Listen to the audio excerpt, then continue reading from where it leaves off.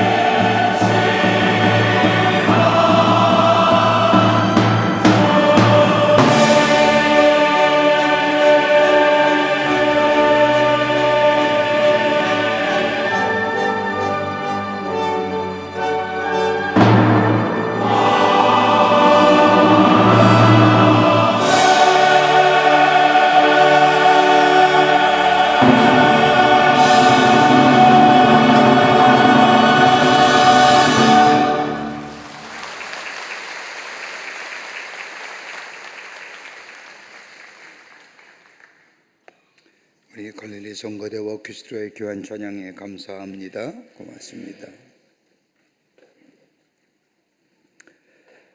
지금 우리가 살고 있는 시대나 예전이나 인간 모두에게 가지고 싶은 것이 있다고 한다면 아마 힘이라고 하는 파워라는 것일 겁니다.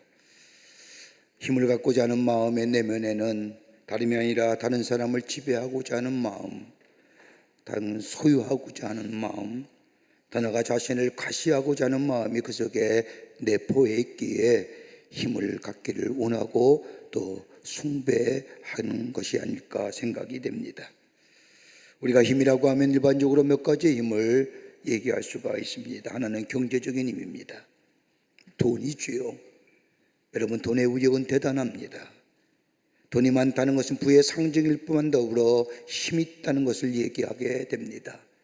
여러분, 지금의 경제가 힘에 의해서 돌아가지 않습니까?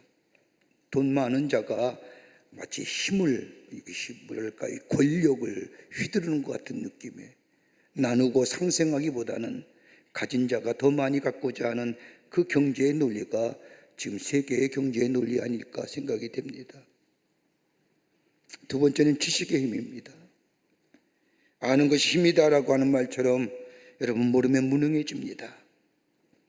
아는 것, 그 지식이 아니라 지금은 힘으로 변했습니다. 많이 알면 많이 알수록 마치 힘이 있는 것처럼 얘기합니다. 그러기에 어떤 완력이나 근력보다는 알고 있는 지식을 가지고 우리의 입으로 나오는 이 세체를 향하여 나오는 이것이 마치 굉장한 힘이 있는 것처럼 살고 있는 시대가 지금의 시대라고 할 것입니다. 지식의 힘입니다.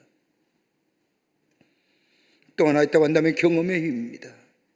아무리 지식이 있다 해도 처음에 일하는 사람은 자신이 없습니다.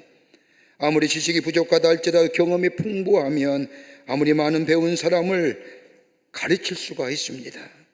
여러분, 우리가 흔히 주변에서 장인이라고 얘기하는 말 종종 듣습니다. 여러분, 아무도 요새는 음식점도 장인 음식점이 있습니다만은, 여러분, 장인의 개념이 뭘까요? 풍부한 경험을 가지고 자신이 가지고 있는, 자신이 일하는 이 전문 분야에, 자신의 분야에 전문적인 지식과 경험을 습득한 사람을 얘기하는 겁니다. 여러분, 경험 앞에 지식도 별 의미 없습니다. 지식을 많이 있다 할지라도 처음 하는 일에 두렵고 떨리지만은 경험이 많을수록 여러분, 일에 대한 두려움이 별로 없지요. 경험이 갖는 힘입니다. 또 하나 또 한다면 도덕적 힘일 겁니다. 여러분, 사람이 분해할 때 약해집니다. 어렵지 못할 때 겉으로 드러나는 목소리는 클지 모르지만 마음은 약해집니다. 여러분, 종종 드라마를 보면 좀 좋지 못한 사람들 공통점이 뭔지 아십니까? 목소리가 되게 크다는 겁니다. 왜요? 떳떳지 못하니까요. 여러분, 떳떳지 못한 일을 할 때에 사람은 약하여집니다. 그러나 의롭고 양심적이고 정결할 때에 사람은 강하여집니다. 여러분, 우리가 흔히 듣는 이야기 가운데 저 사람은 법이 없어도 살 것 같다라고 얘기하는 사람들, 여러분, 자기의가 충만한 사람입니다. 이런 사람에게 예수 믿기란 정말 힘든 일입니다. 왜요? 나름대로의 도덕적인과 윤리적인 힘을 있기 때문에. 모든 사람이 이런 힘을 갖기를 원합니다. 그런데 그리스도인에게는 또 다른 힘이 있습니다. 저 세상이 갖고자 하는 경제적인 거나 지식의 힘이나 경험의 힘이나 도덕적인 힘보다 더 높은 차원의 믿음이다만 다름이 아니라 믿음이라는 힘입니다. 하나님과의 나와의 관계 속에서 맺어지는 이 믿음 속에 나타나는 힘의 역사, 이거는 도덕적이거나 저 경제적이거나 저 경험을 뛰어서는 넘는 차원 높은 힘이 됩니다. 바울은 그리스도에 대하여 여러 가지 많은 말로 그리스도의 정체성에 대하여 얘기합니다. 우리가 흔히 얘기하는 것처럼 그리스도를 향하여 농부라 얘기도 하며 경기장에서 운동하는 경기의 운동선수라고도 표현하며 전쟁터에서 싸우는 군사라고도 얘기하며 그리스도의 편지라는 등으로 수많은 수사적 표현을 통하여 그리스도에 대해 말하고 있지만 오늘 본문의 말씀을 보면 또 하나의 특유한 그리스도인의 정체성에 대한 표현이 나오는데 그건 다름이 아니라 그리스도의 향기니라. 그리스도의 정체성에 대하여 그리스도의 향기라고 말합니다. 그러면서 오늘 본문의 말씀에 2장 14절의 말씀을 보면 우리를 그리스도 안에서 이기게 하시고 라고 하는 말씀이 나옵니다. 여러분, 공동번역의 성경 번역을 보면 이렇게 적고 있습니다. 그리스도의 개선의 행렬에 우리를 참가시켜 주시는 하나님께 감사한다 라고 얘기합니다. 여기서 바울이 말하는 감사는 어떤 물질적이고 지식의 풍부함이나 경험의 풍성함 또는 도덕적인 온전함에 대한 감사가 아니라 예수를 믿어 구원함을 받고 예수님이 내 삶의 주인 되시어 그 예수를 믿는 믿음 안에서 세상을 이기게 하시는, 그래서 그리스도의 승리의 대열에 참여케 하여 주신 것에 대한 감사의 고백이 바로 오늘 본문에 나오는 그리스도 안에서 이기게 하셨다는 고백입니다. 여기서 이기게 하셨다는 말은 헬라어로 드람 암비오라고 얘기하는데, 이 단어는 본래 로마의 개성행렬에서 나온 단어로서 승리의 개선행렬에 참가시켜 주셨다고 하는 말의 의미입니다. 승리의 개선행렬에 참여케 하셨다는 말을 좀 더 쉽게 이해하려고 하면 뒤에 나오는 너희는 그리스도의 향긴이라고 한 말과 더불어 16절에 나오는 생명으로부터 생명에 있는 냄새라고 하는 말과 연관시켜 이해해야만이 오늘 본문의 말씀을 제대로 해석할 수가 있습니다. 생명으로부터 생명에 이른 냄새, 뭘 말할까요? 이것을 좀 더 쉽게 이해하려고 하면 바울이 썼던 이 말씀, 이 역사적 배경이 무엇인가를 좀 더 우리가 심도 있게 알아야 합니다. 여러분, 로마 시대의 전쟁은 무서운 싸움이었습니다. 지금처럼 멀리서 포를 쏘거나 미사일을 쏘거나 또 과학이나 정보전 이런 것이 아니라 맞닥뜨려 그냥 찌르고 베고 치는 전쟁이 로마 시대의 전쟁입니다. 몸으로 부딪히는 싸움을 했기에 전쟁터에 돌아오는 병사들의 몸에는 피가 묻어 있고 피비린내가 절여 있을 뿐만 아니라 그로 인하여 얼굴에는 살기가 등등할 뿐만 아니라 전쟁을 하게 되면 승리하는 쪽이 있으면 패배하는 쪽이 분명히 있게 됩니다. 전쟁에서 승리한 사람들, 승리한 군사들의 전쟁에서 이겨 성으로 돌아오면 개선의 행렬이 이루어집니다. 로마 시대의 개성에는 대체로 이렇게 이루어졌다고 합니다. 맨 앞에는 승리를 주도했던 장군이 말을 타고 빨간 카페트를 딴 그 길을 걸으며 승리의 포레이드를 비칩니다. 그런데 특이한 점은 바로 그 뒤에 큰 마차에 커다란 향료가 실려 있어 거기에 많은 향을 피워 향연이 하늘로 많이 올라가게 합니다. 그리고 그 뒤에는 전쟁에서 승리한 군사들이 의기양양하게 발을 맞추어 들어옵니다. 그리고 그들의 뒤에는 패전한 군사들, 전범들, 포로들이 쇠사슬에 묶여 간신히 걸음을 옮기면서 끌려 들어옵니다. 그리고 마지막에는 패전국으로부터 빼앗은 전리품들을 마차에 실려 들어옵니다. 이게 로마 시대의 개선의 행렬입니다. 바울은 그것을 보면서 그리스도의 삶에는 마치 저 개선의 행렬과 같은 삶이구나 하면서 오늘 본문에 말씀했습니다. 여러분, 이 개선의 행렬에는 중요한 것이 있다고 한다면 마차에 실려있는 큰 향료에 향을 피워 연기처럼 냈다는 이것, 여러분 어떤 모습일까요? 여기에는 몇 가지의 중요한 요소가 담겨져 있습니다. 하나는 위생적 요소입니다.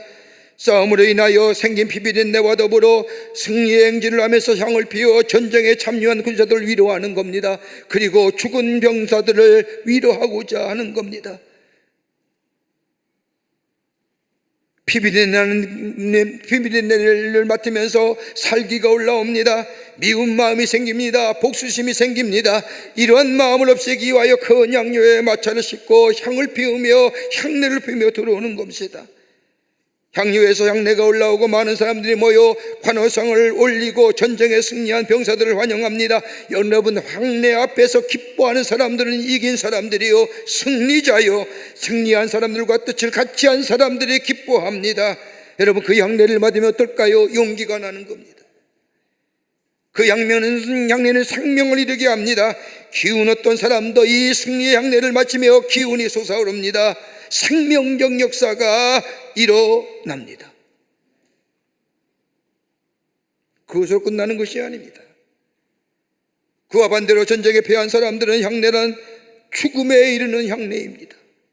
이 승리의 퍼레이드가 끝나면 저들은 죽을 것입니다. 그러기에 저들에게는 향로가 피어오르는 향내는 생명의 향기가 아니라 죽음에 이르는 냄새입니다. 심판적 요소입니다. 이걸 알았던 바울이 얘기하는 겁니다. 고린도후서 2장 16절 말씀에 이 사람에게는 사망으로부터 사망에 이르는 냄새요, 저 사람에게는 생명으로부터 생명에 이르는 냄새라고 하는 거예요. 어느 편에 서야 되는 겁니까? 내 안에 생명의 역사가 생명의 향기가 되려고 하면 생명에 이르는, 생명으로부터 생명에 이르게 하는 향내 쪽에 서야 될 터인데, 오늘 바울은 직접적으로 저 사람이냐 이 사람이냐 얘기합니다. 그리스도의 삶이 어떤 삶일까요? 예수가 대장 되시고 승리의 대장 되시며 그 예수를 따르는 무리는 그리스도인의 삶. 바울은 우리를 그렇게 얘기하며 너희는 예수 그리스도의 향기요 생명에 이르는 향기라고 우리에게 말씀하고 계시는 겁니다. 정녕 우리가 생명의 향기라고 한다면 어떤 삶일까요? 어떻게 살아야 한다는 걸까요? 바울은 오늘 본문의 말씀을 통하여 우리에게 몇 가지로 귀한 영적 교훈의 말씀을 해주시고 계십니다. 첫째는 다름이 아니라 향기로운 냄새를 퍼뜨리는 행위는 향기, 생명의 향기는 이긴 자 행렬이라는 겁니다.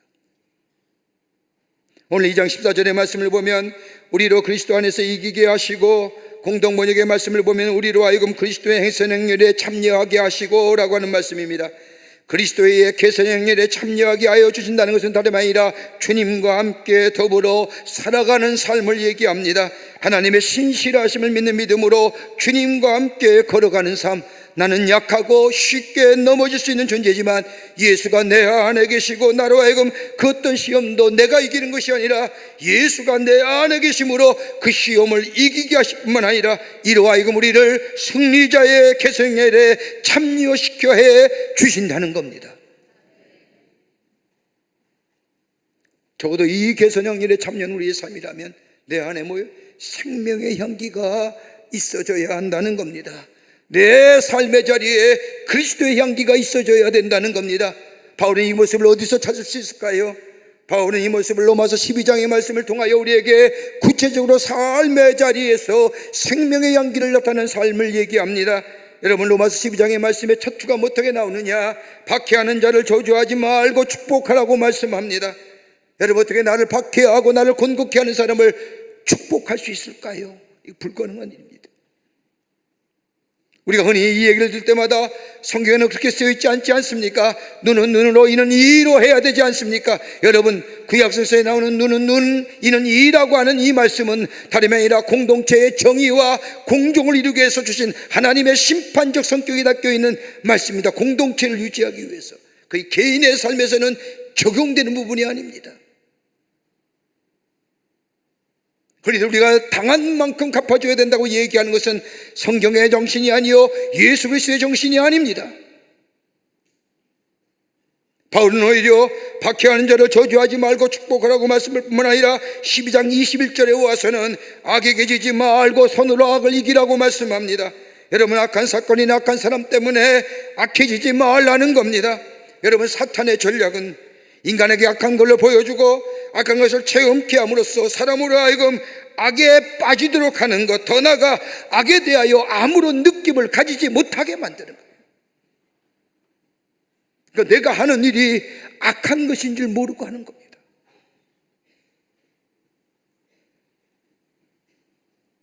그리고 전국적으로 그리스도인이 할지라도 믿음이 흔들리게 할 뿐만 아니라 믿음이 흔들리면서 하나님의 존재를 부정하게 만들 뿐만 아니라 더 나아가 하나님을 떠나가 살도록 만들어줍니다. 그렇게 바울은 악에게 지지 말고 손으로 악을 이기라는 겁니다. 여러분, 우리가 비록 악한 세상에 살지만 우리가 악해져서는 아니 된다는 겁니다. 어떠한 미움을 당하고 살아도 내 마음에 미워와서는 마음이 되어서는 안 된다는 겁니다. 아무리 어둡고 악한 세상이라 할지라도 우리의 마음에 평안함에 흔들림이 없어야 한답니다. 그게 바로 악에게 지지 말고 손으로 악을 이기는 겁니다. 여러분, 악이 무엇일까요? 교부시대의 신학자였던 아우구스티스는 악에 대하여 이렇게 얘기합니다. 악이 무엇이라고 하는 물음에 악은 선의 결핍입니다. 악하다는 것이 선이 결핍되었다는 겁니다. 여러분 가만히 보세요. 불을 다 끄면 어둡습니다. 왜 어둘까요? 빛이 없기에 어두운 겁니다. 죄라는 것이 의가 없기에 죄가 있는 것이요, 의가 부족하기에 죄가 생기는 것이요, 선이 없는 상태, 의로움이 없는 상태가 죄입니다. 또 하나 있다고 한다면 악이 존재하는 이유는 선한 것을 분명히 드러내기 위함이라는 겁니다. 저는 얼마 전에 한 배우가 인터뷰하는 그 인터뷰의 말에 큰 감동이 됐습니다. 아주 악한 역을 잘하는 배우입니다. 그래서 한 기자가 찾아와서 묻습니다. 어떻게 당신은 그렇게 악한 연기를 잘합니까? 라고 묻자 이 배우가 대답하기를, 내가 악한 연기를 잘하면 잘할수록 선한 것이 드러나게 됩니다. 선한 것이 분명히 드러나기에 악한 연기에 열심을 다합니다. 여러분, 악한 것을 보게 되면 어떤 걸 느껴요? 선의 존재성을 필요로 하잖아요. 또 하나 있다는 악한 것이 있다는 것은 선으로 더 높은 선에 이르게 하기 위함이라는 겁니다.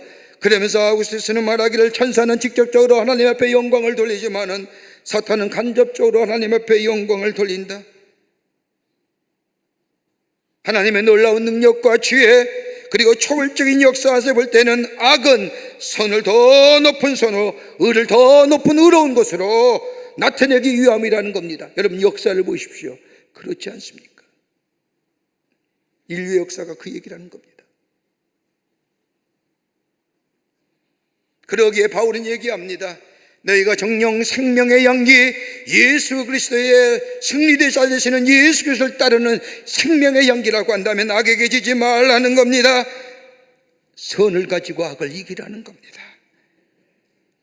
이 믿음이 우리 안에 있다고 한다면 우리는 쉽게 낙심하지 않습니다. 왜요?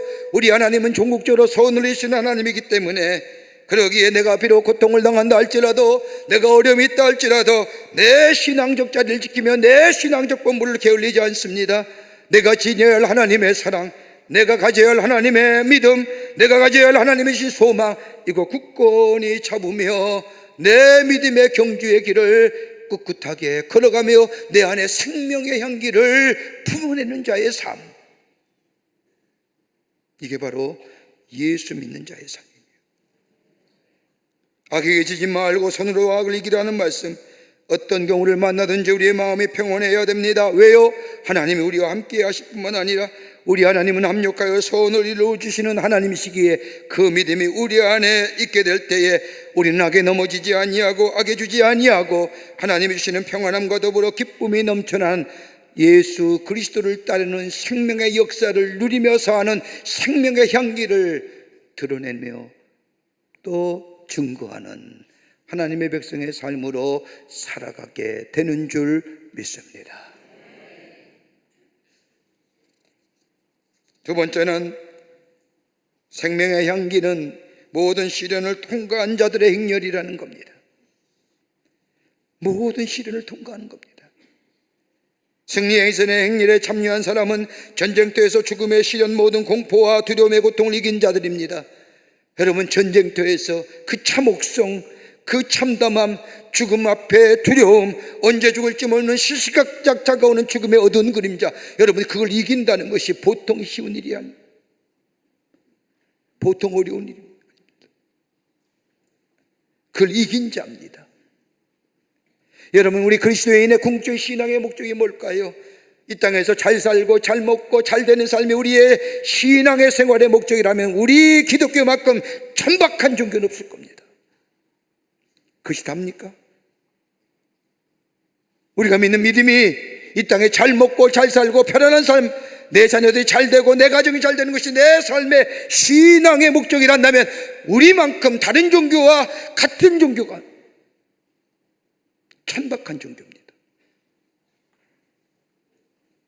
그런데 우리 기독교가 다른 점이 있으면 뭐예요? 비록 이 땅에 일이 어렵고 힘들다 할지라도, 내 삶이 비록 곤고하다 할지라도 우리의 삶이 이 땅에서 다하는 날, 저 하나님이 약속하신 저 영원한 나라, 저 소망의 나라, 그것이 우리 가운데 약속으로 있지 않습니까?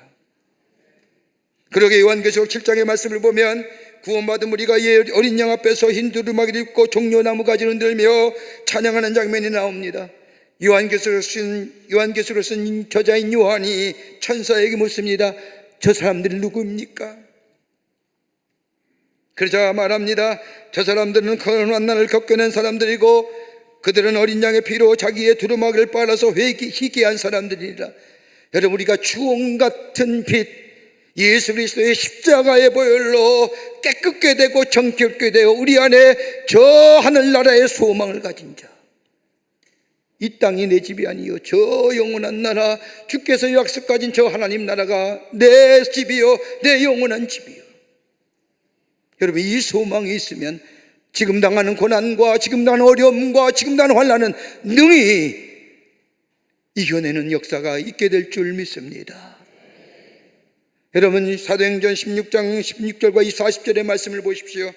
바울과 실라가 옥중에 갇히었습니다.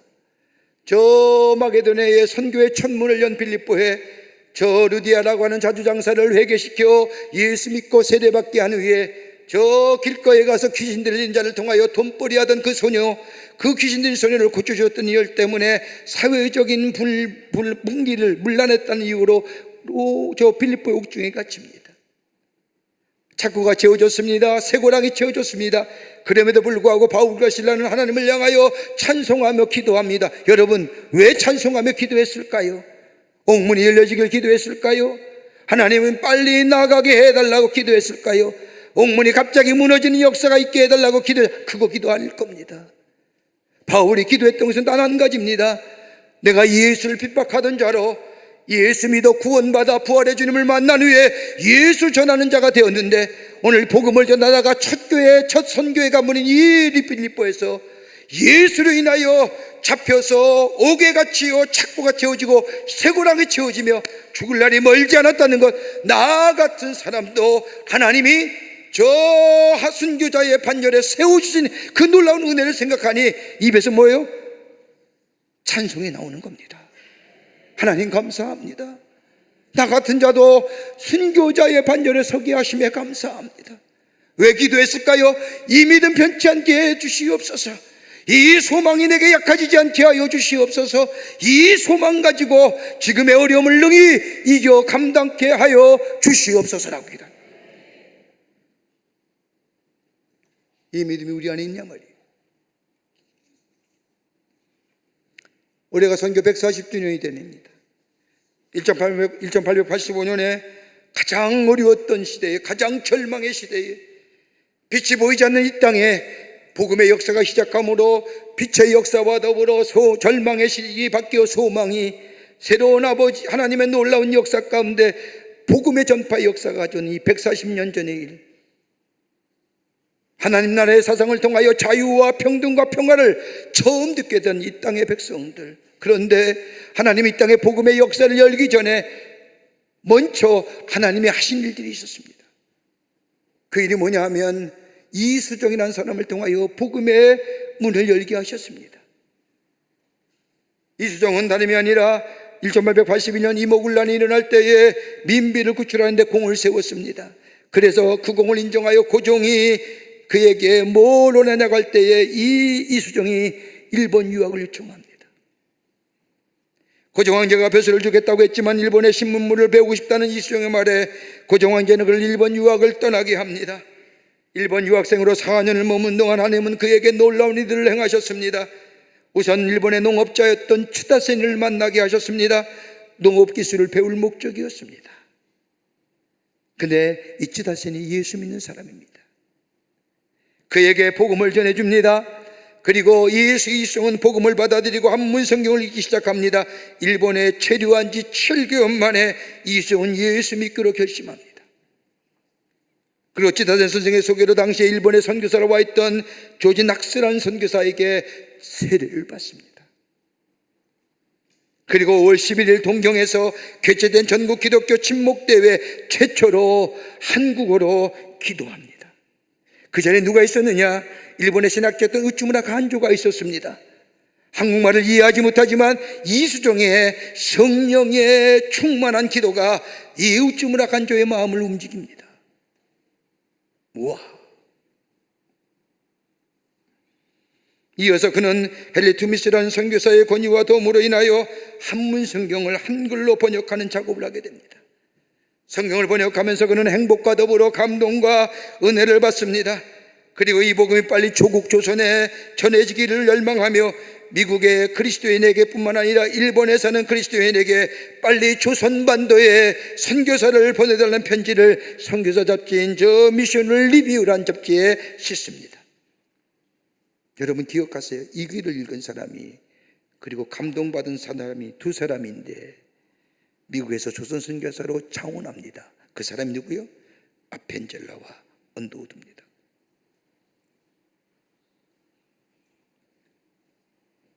(1880년 2월) 이수정우선 한문 성경인 마가복음을 한글로 번역을 마칩니다. 이 마가복음이 1885년 2월에 일본 성서공회에서 인쇄가 됩니다. 그해 4월 조선 선교를 위해 일본에 도착한 아펜젤라와 언더우드가 이수정이 번역한 마가복음의 성경을 들고 인천의 제불포항에 도착한 겁니다. 놀랍지 않습니까? 하나님 이 땅에 복음의 역사를 읽기 위해서 일하시고 계시던 거예요. 그러면서 그는 계속해서 누가복음과 마가복음, 요한복음의 말씀을 번역하다가 요한복음 14장의 말씀을 번역하는데 그의 마음속에 성령의 충만함이 다가오자 임하자 오열하면서 울기 시작합니다. 그러면서 그는 이렇게 얘기합니다. 기독교의 핵심은 다른 것이 아니라 하나님이 내 안에, 인간 안에, 인간이 하나님 안에 거하는 감동의 이치가 기독교다라고 해서 신인상 감질이라고 하는 단어를 만듭니다. 그리고 동경 유학생들, 얼마 되지 않는 조선반도에 넘은 동경 유학생들에게 복음을 전하며 주일마다 예배를 드리며 그 예배의 초소가 지금의 동경 한인교회의 전신입니다. 일본 유학생으로 4년을 머무는 동안 그는 열심히 복음을 전하고 한문 성경을 한글로 번역하다 4년이 되어 조선반도로 돌아옵니다. 돌아오자마자 뭐예요? 세국파들에게 잡혀서 기독교 신앙을 전례했다는 이유 때문에 44살 나이로 44세 나이 울산에서 목베어 죽습니다. 복음의 역사가 그냥 이루어진가요? 이 땅의 복음의 역사가 한국 개신교의 선교의 역사가 저절로 이루어진 게 아닙니다. 한 사람의 뜨거운 믿음이 고난과 역경을 이겨낸 한 사람의 생명의 향기가 향내가 되어 이 땅에 퍼져지게 될 때에 오늘의 이 한국교회가, 한국 개신교회가 이 땅에 세워진 줄 믿습니다. 생명의 향기 어떤 거예요? 고난과 신을 이긴 자가 내는 뿜어내는 향기. 냄새가 아닙니다. 그 향기입니다. 고개를 돌리는 냄새가 아니라 가까이 가는 향기입니다. 이런 자가 예수 그리스도의 주를 따르는 우리를 생명을 살리시고 우리에게 생명을 주신 승자 되시는 예수 그리스도를 따르는 생명의 그리스도인, 향기나는 그리스도인의 삶이 되는 줄 믿습니다. 끝으로 생명의 향기는 생명을 삶으로, 생명의 향기는 생명으로 삶을 인도하는 거예요. 전쟁터에 돌아와 승리에 대한 참여한 사람은 죽은 사람이 아닙니다. 참된 생명을 소유한 사람입니다. 그러기에 그들은 참된 기쁨을 소유한 사람들입니다. 여러분 생각해 보십시오. 피비린내 나는 전쟁터에서 치고받는, 베고, 싸고, 싸매고, 자르고 이런 전쟁터에서 살아남은 어디요? 살아나왔다는 자체가 기쁨 아닐까요?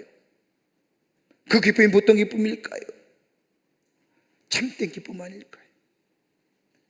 여러분 그리스도의 삶은 있어서 기쁨이 아니라 없어서 부족함이 아니라 예수 그리스도를 믿는 그 하나만이라도 내 안에 참된 기쁨.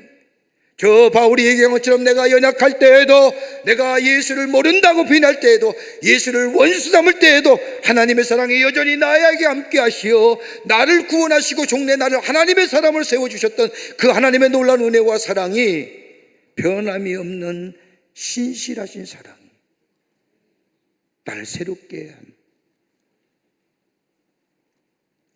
그렇다고 한다면 우리 안에는 참된 기쁨이,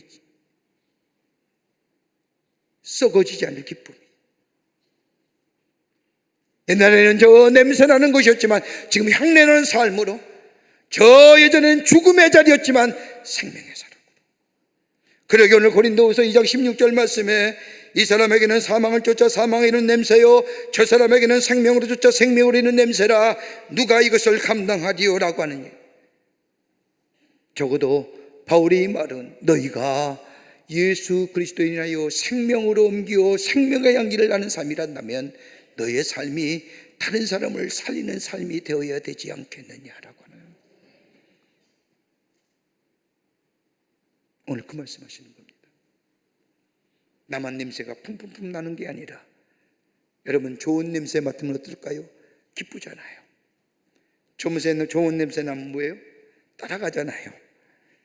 저도 이렇게 길거리 가다가 향기 좋은 냄새 나면 쫓아가게 되던데, 나중에 보니까 여자 향수도구만요.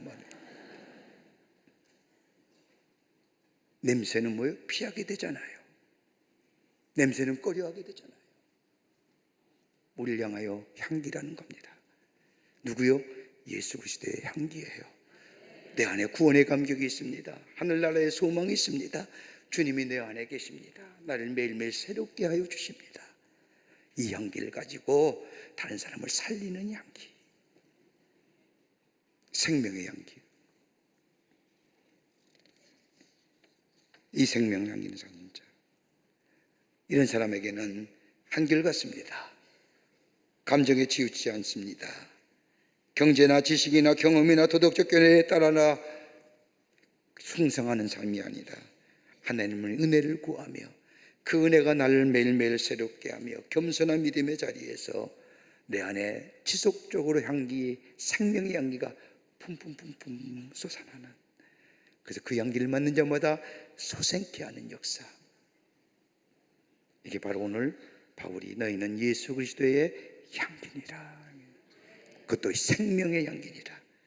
오늘 우리 이 믿음의 정체성을 가지고 이 어두운 가운데 빛의 존재로, 냄새나는 이곳에 향기나는 존재로 예수 그리스도를 증거하며 사는 여러분과 저와 되시기를 주의 이름으로 축원합니다. 하나님 감사합니다. 저희들 주께서 사랑해 주셔서 하나님의 자녀 삼으심에 감사합니다. 우리를 그리스도의 제자로 삼으시고 향기나는 존재로 삼아주심에 감사합니다. 이 향기가 다른 사람을 살리는 향기 되게 하여 주시며 생명의 향기가 되게 하여 주시옵소서. 이 땅에 하나님 나라가 세워지게 하여 주시옵소서.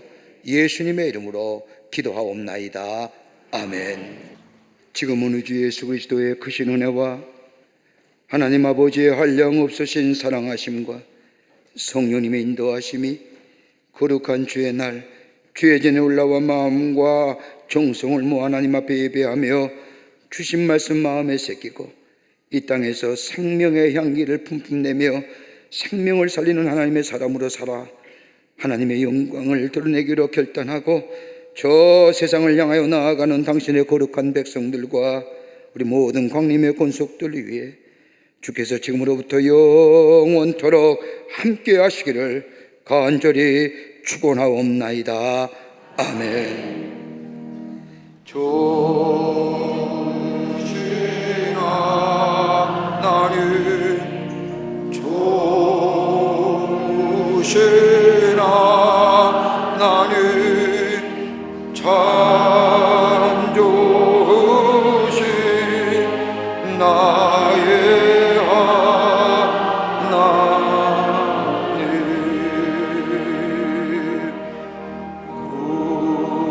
우리의 예배로